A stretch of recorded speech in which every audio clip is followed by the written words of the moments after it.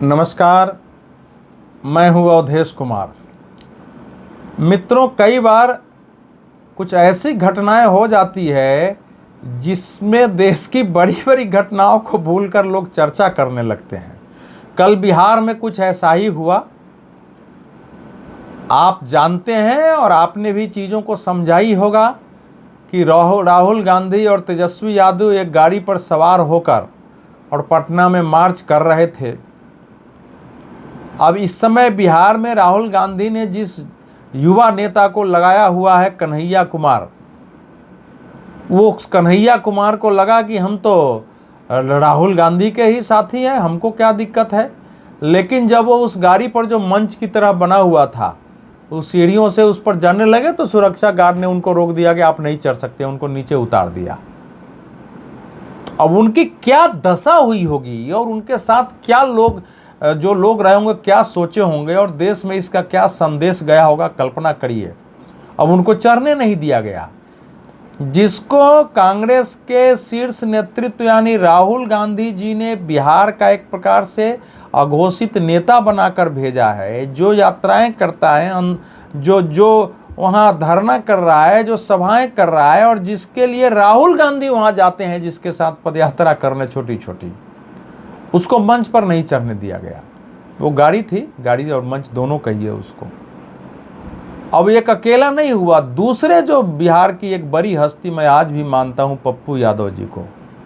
पप्पू यादव जी भी अपने तरीके से संघर्ष करते हैं, हमारी उनसे असहमति रहती है, लेकिन वो 24 घंटे के पॉलिटिशियन हैं, 24 आवर यही काम करते हैं। और अपने क्षेत्र में पूर्णिया किशनगंज एरिया में उनकी इतनी हैसियत है मधेपुरा तक कि वो अगर खड़ा हो जाए तो चुनाव जीते न जीते, लेकिन वो इतना वोट काट सकते हैं जिससे वो लड़ाई में बने रहेंगे और अपनी बदौलत उन्होंने चुनाव जीत लिया है। उनकी पत्नी कांग्रेस में है, रंजीता रंजन, वो भी चढ़ने गए, उनको भी नहीं चढ़ने दिया गया मंच पर। अब आप सोचिए क्या था। अब यहाँ दो विषय चल रहे हैं। एक तो चल रहा है कि बिहार में चुनाव आयोग ने जो इंटेंसिव रिवीजन शुरू किया है, वो उसके बारे में देश भर में आप जानते ही हैं कि कांग्रेस और ये सब ने तूफान खड़ा किया हुआ है कि ये स्पेशल इंटेंसिव रिवीजन की ऐसी ज़रूरत क्या है। ज़रूरत है तो आपने इतना कम समय 1 महीना में कैसे कर लेंगे।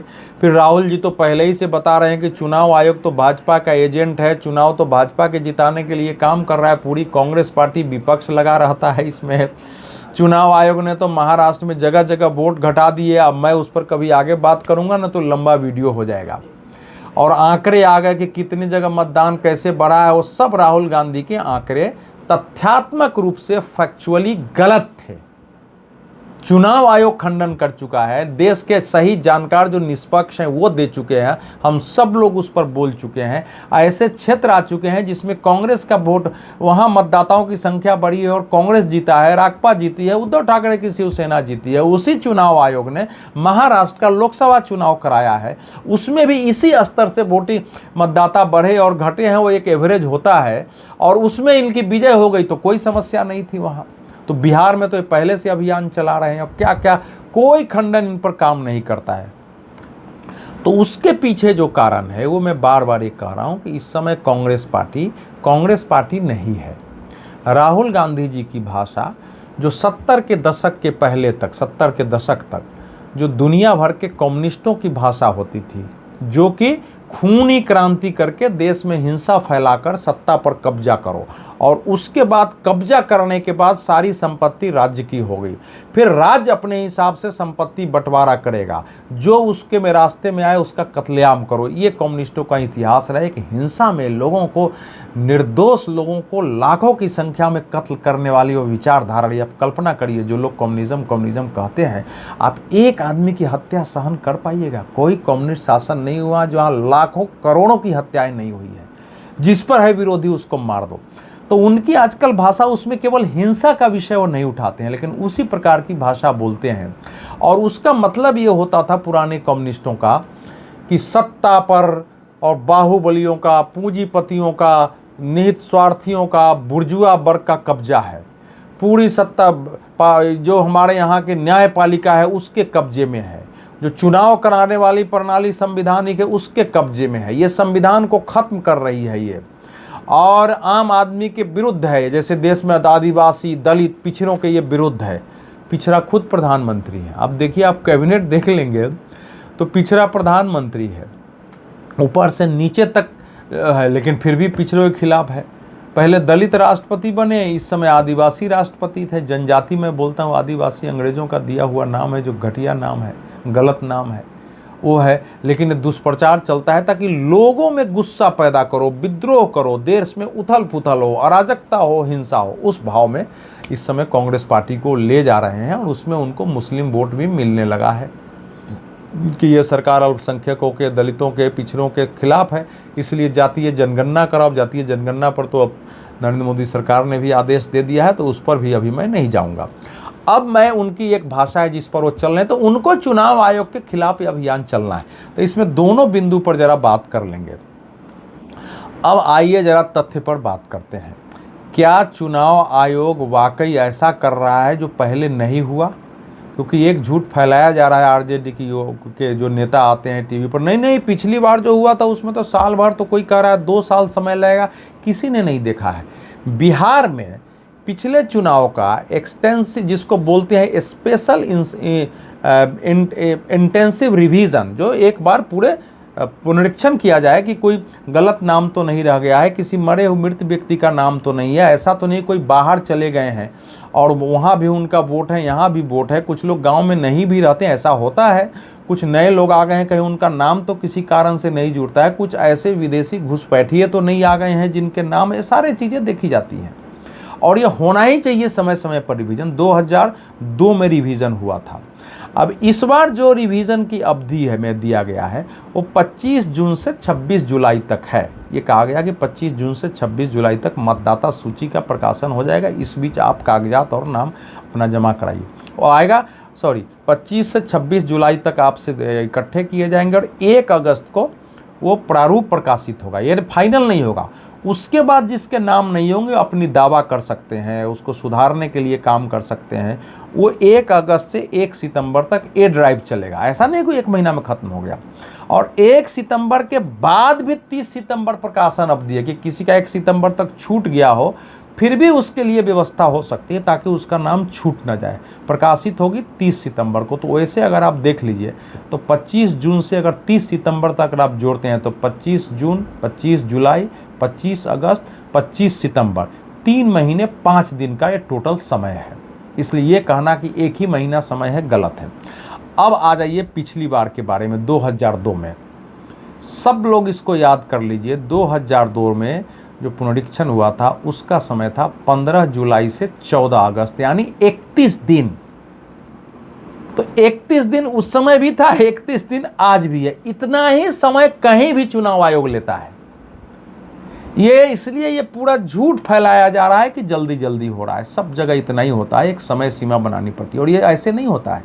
इसके 4-5 महीने पहले से प्रक्रिया शुरू हो जाती है। चुनाव आयोग बैठ के शुरू करता है, फॉर्म छपने लगते हैं, बूथ लेवल ऑफिसर की नियुक्ति होने लगती है, पार्टियों को कहा जाता है कि आप BLA यानी बूथ लेवल एजेंट नियुक्त करिए। सब प्रक्रिया चलती रहती है। और जहाँ तक मुख्य चुनाव आयुक्त ने जो बयान दिया है, और ये इसमें काफ़ी इसमें सच है कि बिहार में 4 महीने से मीटिंग हो रही थी। पिछले 4 महीने से मीटिंग हुई थी। आंकड़े उन्होंने ऐसे तो बताया है कि करीब करीब 5000 के आसपास मीटिंग हुई है। असाधारण आंकड़ा है। कोई भी अगर इतने मीटिंग हुई हो तो ये तो सामान्य विषय नहीं है। वो हो सकता है कुछ दूसरे राज्य के, क्योंकि वो देश के स्तर पर बोल रहे थे। लेकिन कोई विधानसभा क्षेत्र नहीं है जहाँ की बैठक नहीं हुई है। उसमें उन्होंने कहा कि 28,000 करीब बड़ी पॉलिटिकल पार्टी के प्रतिनिधियों ने भाग लिया है। अब आप सोचिए कि 4 महीने से मीटिंग चल रही है, उसके बाद तय हुआ है। जो फॉर्म है वो 16 करोड़ फॉर्म छापे गए हैं। इस समय जो मतदाताओं के बिहार में मोटा मोटी आंकड़ा है 7 करोड़ 88 लाख है। 16 करोड़ फॉर्म छापे गए हैं कि एक फॉर्म भरा जाएगा, एक उनके पास रहेगा। और ये फॉर्म जब मैं आपसे बात कर रहा हूँ तो जो आंकड़ा हम लोगों के पास आए हैं बताया कि 94 से 95% तक फॉर्म वितरित किए जा चुके हैं। ये नहीं कि नहीं हुआ है, वो वितरित हो चुके हैं। चुनाव आयोग ने लगभग 80,000 BLO की नियुक्ति की। लोग नहीं है बता रहे हैं, कैसे कर लेंगे? बिहार में कुल बूथों की संख्या क्या है पता है आपको? लगभग 92,000 बूथ है। तो क्या 80,000 BLO 92,000 बूथ को मैनेज नहीं कर सकते हैं? और पॉलिटिकल पार्टियों ने लगभग 1,54,000 अपने बूथ लेवल एजेंट नियुक्त कर दिए गए हैं, जिसमें भाजपा भी है, राजद भी है, जब सब पार्टियों ने अपने बूथ लेवल एजेंट नियुक्त किए हैं। तो बूथ लेवल एजेंट भी नीचे स्तर पर काम कर रहे हैं, लोगों के पास जा रहे हैं। तो इसलिए ये जो पूरा का पूरा ये झूठ फैलाई गई है, ये बिल्कुल झूठ चल रहा है, इसमें अपने को पढ़ना नहीं है। अच्छा, आप सोचिए कि क्या वहाँ जो बूथ लेवल ऑफिसर हैं वो जाएंगे, वो सब भाजपा के ही समर्थक होंगे जो नियुक्त किए गए, उसमें दूसरी पार्टी का कोई समर्थक नहीं होगा। और किसी गांव में कोई जाएगा, कहेगा कि अच्छा आप भाजपा के समर्थक हो कि नहीं, आप जदयू के समर्थक हो कि नहीं है, तो तुम्हारा नाम नहीं डालेंगे। ऐसा हो सकता है क्या? आप बिहार में हैं, अगर आपके साथ ऐसा हो रहा है तो ज़रूर इस वीडियो पर आप प्रतिक्रिया दीजिए, अगर हो रहा है तो। नहीं हो रहा है तो आप आगे आके बोलिए कि ये झूठ फैलाया जा रहा है। आप किसी भी पार्टी के होइए, क्योंकि चुनाव आयोग संवैधानिक संस्था है। दिक्कत तो होगी जब ड्राइव होगा, तो हमारे आपके पास बहुत सारे पेपर नहीं रहते हैं। मैं नहीं मानता हूँ कि जो पेपर कहे गए वो सबके पास होंगे ही, क्योंकि आधार कार्ड और वोटर कार्ड की समस्या ये हुई है कि पहलगांव हमले में हमने देखा है कि 50-50 साल से भारत में रह रहे हैं, यहाँ आधार कार्ड बनवा लिया है उस आदमी ने, पता चला कि वो पाकिस्तान के नागरिक है महिला, उसके बच्चे यहाँ पैदा हो गए और वो यहाँ नौकरी भी कर रहे हैं। आश्चर्य का विषय यह है, अभी बिहार के अररिया जिले में पिछले साल एक घुसपैठिया पकड़ा गया, उसके पास आधार कार्ड भी था, वोटिंग कार्ड भी था।